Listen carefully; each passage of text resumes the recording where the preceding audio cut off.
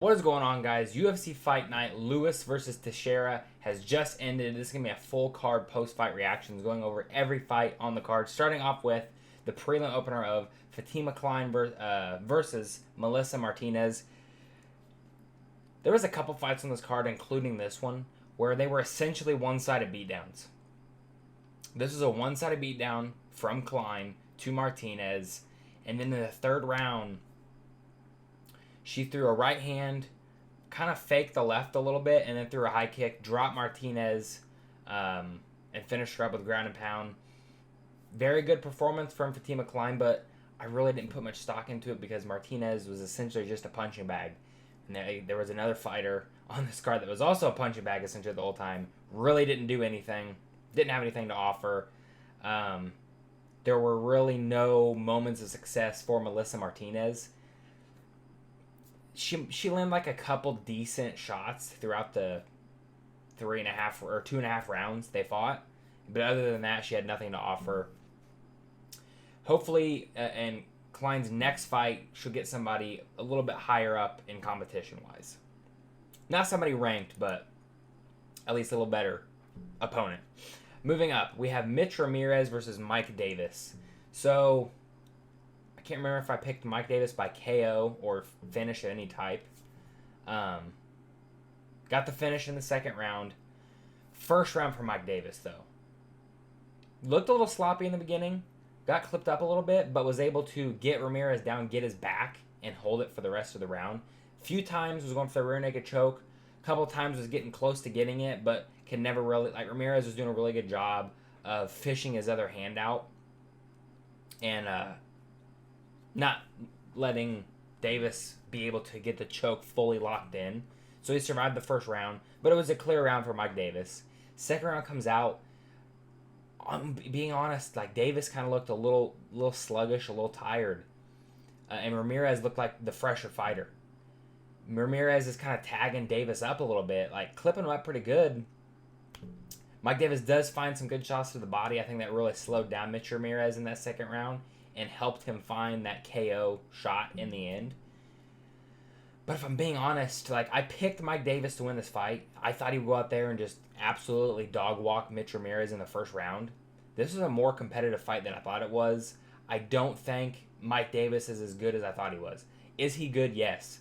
It just almost seems like he doesn't take it serious. Like there'll be moments in the fight where, you know, he's getting landed on and he's not really defending himself. He's got his hands down. He's just trying to bob and weave out of the way. And that's good and all, but I don't know. Just something about it. It just doesn't seem right. He got the win, you know, good for him, whatnot. But Mitch Ramirez is kind of like the bottom of the barrel as far as talent in the lightweight division is a very stacked division. Lightweight and bantamweight, very stacked divisions in the UFC. And I'm not sure who to have Mike Davis fight next, but we'll come up with something good. But yeah, nonetheless, got the win in the second round. Moving up the card, I got this pick wrong. I'm sure a lot of people got this pick wrong as well. We have Kennedy and Nzechukwu versus Walter Walker. Kind of what I thought could have happened. I didn't think he would get a third heel hook in a row. Walter Walker is on a 3-fight winning streak, all finish, all by heel hooks. I believe all in the first round. This fight didn't last very long. I think like Nzechukwu kind of taunted Walker a little bit. Then Walker like just charged forward at him, trying to like hug him, but he was trying to take him down, obviously. Gets him down. Nzechukwu works back up immediately. I don't think he got him down all the way, or if he did, he got right back up. And instead of, you know, trying to go back for the takedown, he just drops down for the heel hook. Gets the heel hook in under a minute. Honestly, they may rank him. I think he might have been ranked at one point, and then he lost. I don't remember. They're always throwing people in and out of the heavyweight rankings. The heavyweight is the least talented division in the men's divisions. So they might throw him in the rankings. He might replace Talishan Teixeira, who lost in the main event. I could see them doing that. We'll talk about that when I get there. But as far as this fight, I kind of thought that if Walker was going to win, it was going to be with the grappling.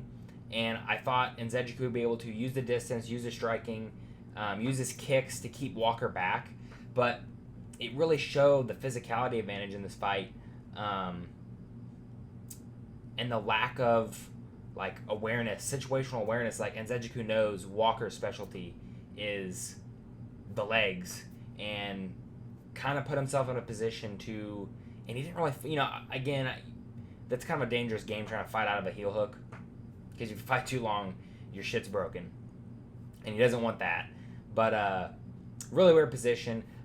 Solid, decent win for Walter Walker. I don't rate it super highly, but probably the best win he has so far, if I would say. But yeah, probably get him a ranked opponent next, since there's not much going on at heavyweight. Moving up the card, probably the worst fight on the card. We have Lauren Murphy versus Adura Mora. I keep want to say, I'm saying her name wrong. I don't know if I'm saying her fucking name right. I don't give a shit. Essentially what you have in this fight, first and second round is for Mora. Just walking Lauren Murphy down, beating the shit out of her. Murphy had nothing to offer. I think like briefly in the first round, Murphy was able to get a takedown, and then Mora got right back up and then got Murphy down. I think she held her down the rest of the first round. Second round, Murphy was a punching bag, Mora was faster, had the better power shots. Third round, Murphy comes back, does win the third round, shows the cardio advantage. Mora kind of was tired, gassed out, and at one point during the third round, Murphy has two really close sub attempts. One was a guillotine. They might have both been guillotines. I can't remember if one was a ninja choke or not. I think they were both guillotine attempts. Yeah, because one was standing and one was not. She pulled the guillotine, almost got it. I don't remember, because they were kind of changing camera angles. I didn't exactly see how Mora got out of the first guillotine attempt, but I was kind of hoping, not that I really care, but I was kind of hoping Murphy would have got the comeback victory. That would have been cool to see. But yeah, Lauren Murphy's done. She's retired. Mora gets a win. Does it really mean anything? No, it doesn't. She's 41 years old. Congratulations. Towards the end of the third round, she did kind of, you could tell she was gassed out, and then towards the end, she kind of came back a little bit, had like a little second wind. But yeah, I don't rate this win highly at all. I think if she fights, she already has lost to somebody, so in the UFC. If she fights anybody too high level, I think she's gonna lose. Moving up the card, I got this pick wrong. I wanted to pick Jake Matthews so bad. When I was making this video, I wanted to pick him. So I wouldn't have picked him by submission. If I was going to pick Jake Matthews, I would have picked him by decision. But we have Jake Matthews versus Chidi Njokuani. I thought Njokuani, that the physicality advantage would be too much for Jake Matthews. And he did throw, the few strikes he did throw, he threw them hard and fast, threw in some good kicks. But Matthews was able to get the back of Chidi Njokuani, get the rear naked choke in the first round. Really not much to say about this fight at all. Matthews looked good in this fight. Solid win in Chidi Njokuani. Maybe I have to kind of see where he's at and whatnot, but maybe ranked opposition next. Maybe not. I don't know. He looked good in this fight. Yeah, there's, again, not much to say about this fight. Not much happened at all. So, yeah. Moving up the card. This fight was something else. We have Max Griffin versus Chris Curtis. Chris Curtis making his welterweight debut in the UFC. He's fought at welterweight in the PFL before. Not in the UFC, though. Dropping down from middleweight. This fight was weird. Chris Curtis won via split decision. First round, clear for Max Griffin. I honestly thought Chris Curtis was going to be easily dispatch Max Griffin. Like, I think I might have predicted first round KO for Chris Curtis. It probably should have been like prediction for second round KO. That's what realistically, that's what I should have predicted. He had a very competitive fight with Max Griffin. I thought he clearly won the second and third round. Griffin clearly won the first. The second round, clearly Chris Curtis. The third round, clearly Chris Curtis. If you're going to have a round that's like kind of a toss-up, I don't know. I'd have to, let me pull up what one of the judges did give Max Griffin. I'll pull that up real quick. I'm guessing it would be the third round that the judge gave him. Let's see. I got it right. Nope. Here it is. Let's see. Yep, the third round. One judge gave Mac Triffin the first and the third round, and that's what gave him the scorecard. I don't see Curtis landed in that third round. Curtis landed all the power shots. Every shot that had impact in that third round was landed by Chris Curtis. Do I think he has a higher chance of success in the welterweight division versus the middleweight division? Yes, I do. But having a tooth and nail competitive fight with Max Griffin, that's not a good look for Chris Curtis. I think he can still have success at welterweight. He, to be fair, he has been out, I believe, a year and a half? A year? Something like that? It's been at least a year since he's fought. I'm pretty sure. But, yeah, hopefully he can make some more improvements and get a solid matchup in his next fight. Because he's always in fun and exciting fights. This was a fun and exciting fight, nonetheless. But just in my opinion, not a good look for Chris Curtis, having that much of a competitive fight. Moving up the card, I finally, one of my underdog picks, I got right. Up into this point, what did I get wrong? I got the Njokuani fight wrong. I got the Nzejuku fight wrong. That was it so far to that point. Junior Tafa versus Tuco Tokos. And I want to talk about the scorecards on this fight. So, two of the judges gave Junior Tafa the first round. First round, Tafa did land the better strikes on the feet, the few that they did exchange on the feet in the first round. And then Tokos was able to get him down and control him for the entirety of the round.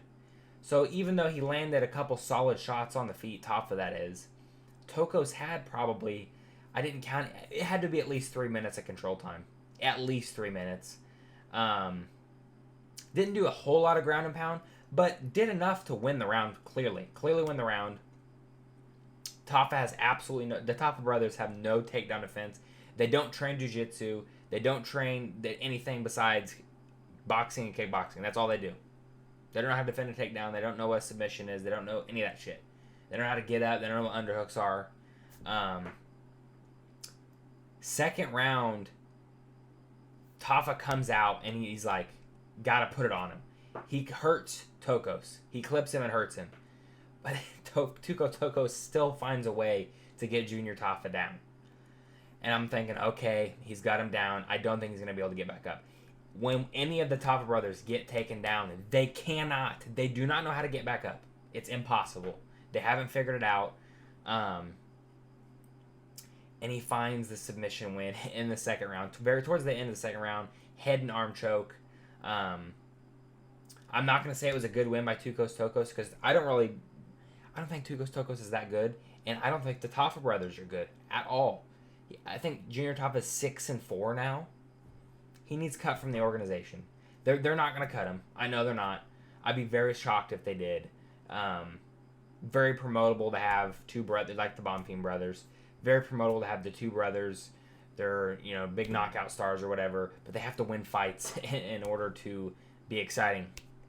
One thing I didn't mention, which there were some boring parts in this fight, but a lot of crowd booing when Tokos was doing any grappling at all. But he knew his path to victory. I figured, just from watching his past fights, I feel like those opponents were way higher level. He knew, I think he was that dumb, that he would know the best path to victory was to take down Junior Tafa and submit him, and that's what he did. Moving up the card, we have Vitor Petrino versus Austin Lane. I got at least the person right, didn't get the method right. I think I picked the KO for Vitor Petrino. They come out doing a little bit on the feet. Petrino's able to get Austin Lane down, gets him into full mount, and is just kind of sitting there for a while. Like, really not doing anything. Being super patient, super conservative. Like, I figured he would be raining ground and pound. Kind of seems like he's fishing to try to set up a head and arm choke. Did he hit an arm choke or rear naked choke? Am I stupid? Were there two head and arm chokes on this card?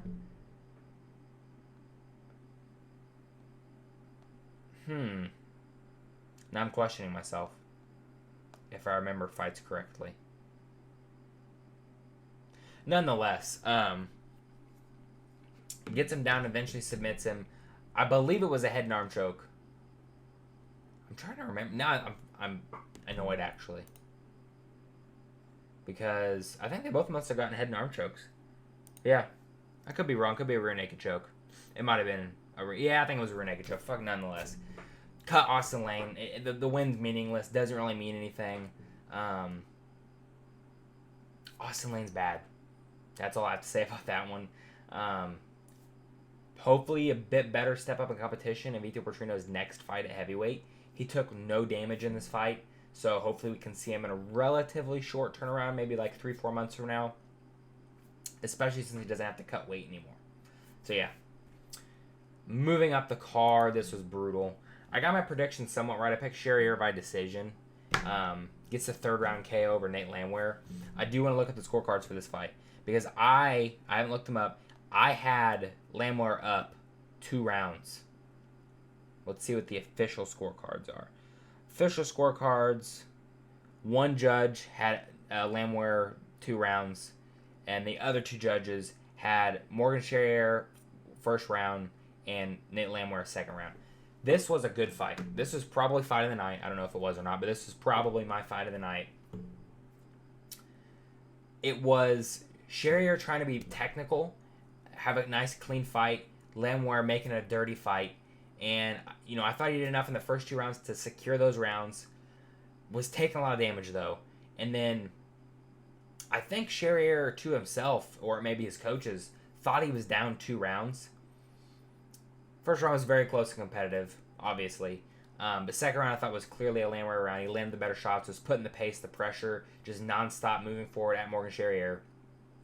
He comes out in the third round, swinging wild at Nate Landwehr, clips him, hurts him, has him wobbling everywhere, all up against the cage, stumbling everywhere, and Herzog steps in to save him from being knocked out completely.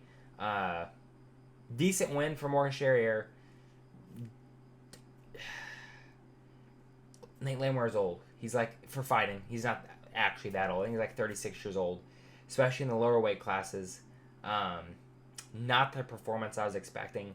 I was expecting a very clean, outclassing performance from Morgan Sherrier.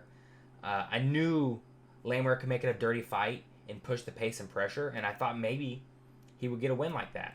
But he didn't. Sherrier gets a third round knockout, TKO victory over Nate Landwehr. I don't know where he goes from here. Honestly, either of them, I don't know where either of them go from here.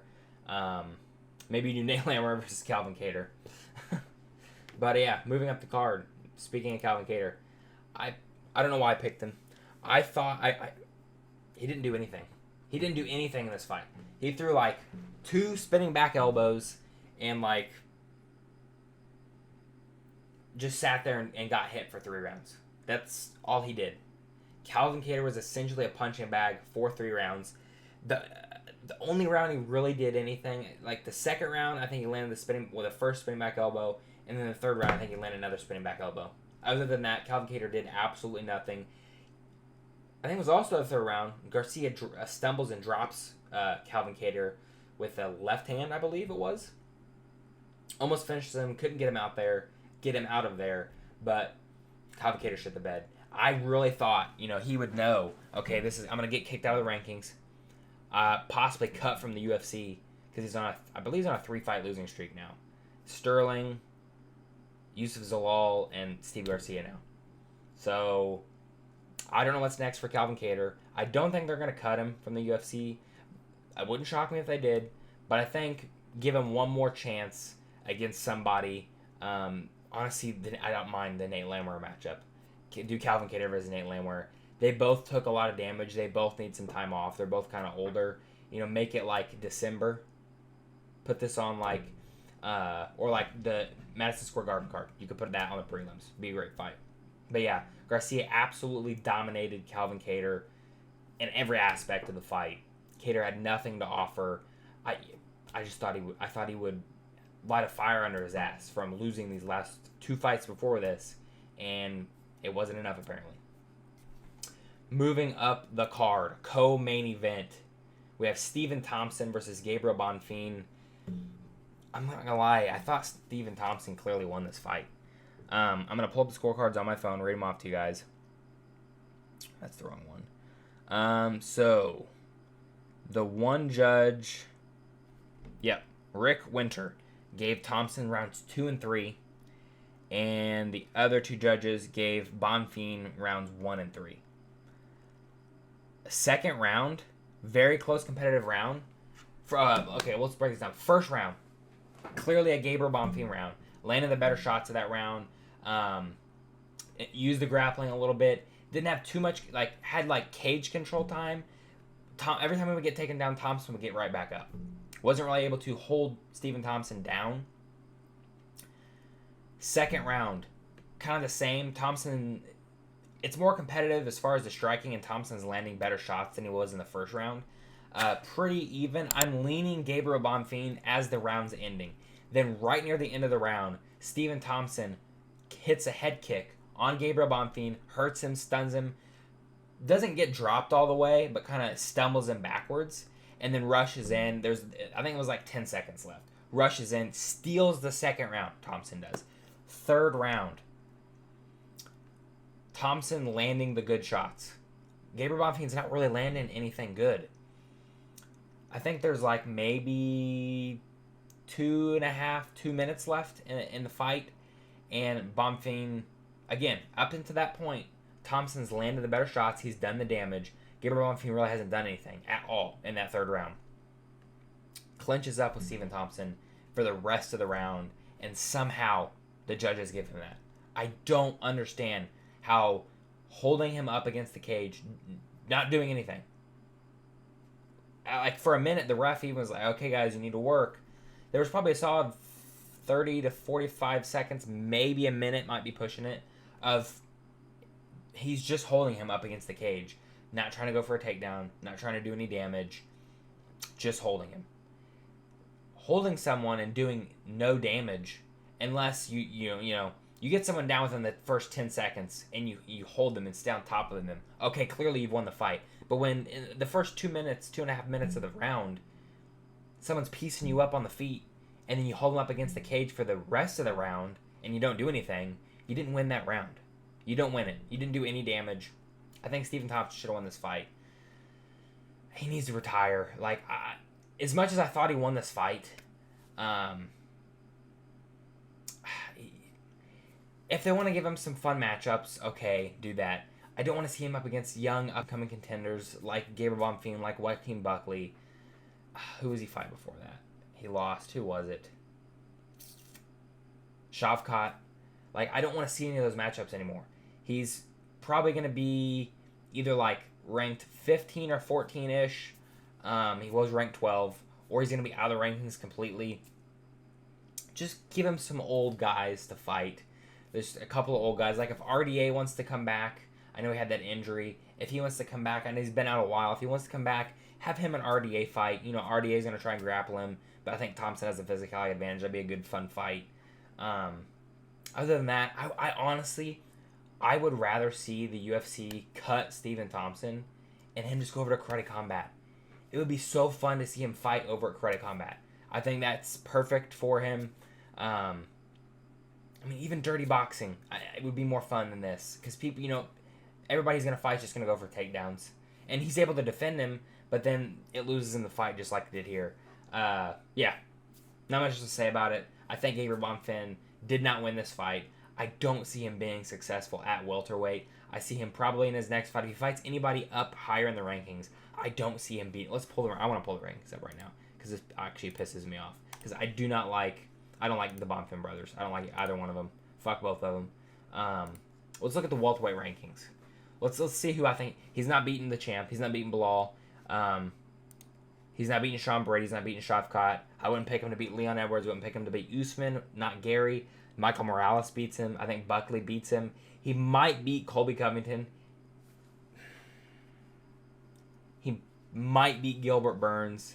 I wouldn't beat Neal. Wouldn't beat Pratis. I'd pick Kevin Holland to beat him. I'd pick MVP to beat him. I think MVP moved up to middleweight anyway. I know he's fighting Jared Cannonier next. I think it's UFC 319. So I think MVP's probably moving up to middleweight. So maybe he could beat the other two old guys at the welterweight division. You got Burns and Covington. Other than that, we'll say Hollins may be a coin flip. But yeah, this sucks. Moving on, main event. We have Derek Lewis versus Talishan Teixeira. Again, not much to say in this fight. It ended 35 seconds in. Teixeira lands a left hand with the thumb that kind of hits into Derek Lewis's eye. I think he thought it was an eye poke and was messing with his eye. Teixeira kind of rushes in. Then Derek Lewis starts rushing forward. Leaping left hook, drops Talishan Teixeira. Derek Lewis swarms him on the feet. It's a weird stoppage, though. So I think it should have been stopped when Teixeira's kind of in the turtle position and Lewis is slamming him. I think that's when Jason Hershog should have stopped it. Teixeira grabs the fence, pulls himself up, then is in the middle of turning around. The ref jumps in and stops the fight. Herzog stops the fight. I don't know if he was planning on stopping the fight there or if he was going to call a timeout and take a point away for him. He would climb the fence to get up. He used it to get up, which you're not allowed to do. Nonetheless, if Herzog wouldn't have stepped in anyway, I think Derek Lewis probably would have finished him, probably dropped him again and finished him right there. Really glad I got this prediction right. Teixeira he was 8-0. He had no business being in there in a main event slot. Really didn't have any business being ranked. He beat Justin Tafa in his UFC debut. That means nothing. I mean, the Tafa brothers are garbage. Yeah. Good win for Derek Lewis. Or not a good win. Good performance by Derek Lewis. Yeah. I think he's got 16 knockouts in the UFC now. I don't see anybody passing him anytime soon. So, yeah, that was it. Great. Good card. Solid card all the way around. What'd you guys think of it? Let me know in the comment section down below. What'd you think of the main event? Was the stoppage good or not? Let me know down below. If you guys are new, please subscribe. Drop a like on the video. I'll see you guys in the next one. Goodbye.